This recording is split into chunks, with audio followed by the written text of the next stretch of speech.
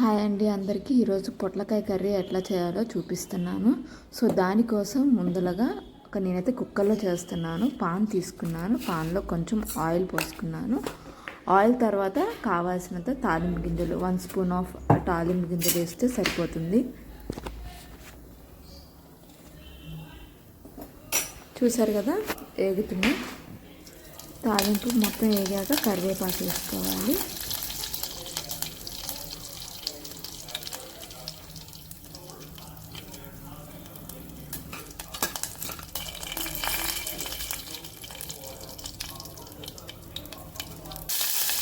Next అలాగే mixie వేసుకున్నాను.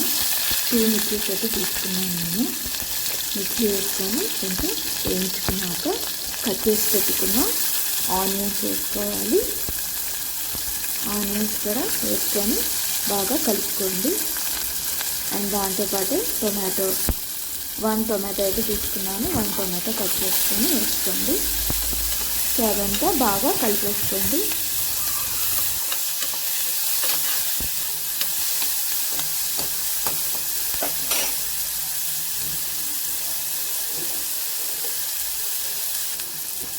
Mix చేసుకున్నాక కొంచెం పసుపు అయితే వేసుకున్నాను.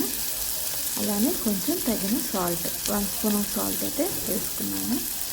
అవి బాగా మిక్స్ చేసుకోవాలి.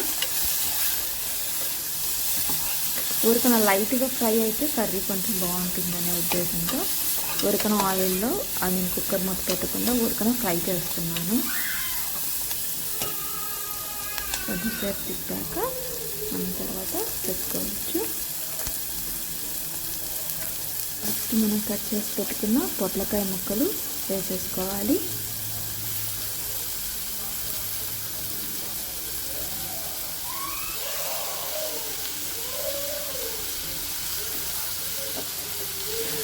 అవన్నీ బాగా మిక్స్ చేసుకోండి.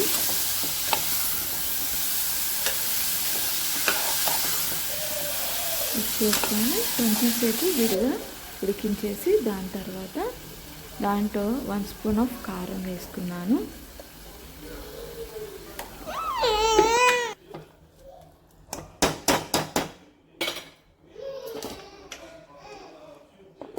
సో దాని తర్వాత కుక్కర్ మూత పెట్టేసుకొని ఒక 3 విజిల్స్ వచ్చేదాకా అది అట్లానే ఉంచుకోండి. 3 విజిల్స్ వస్తే చాలండి, బాగానే ఉడికిపోతుంది.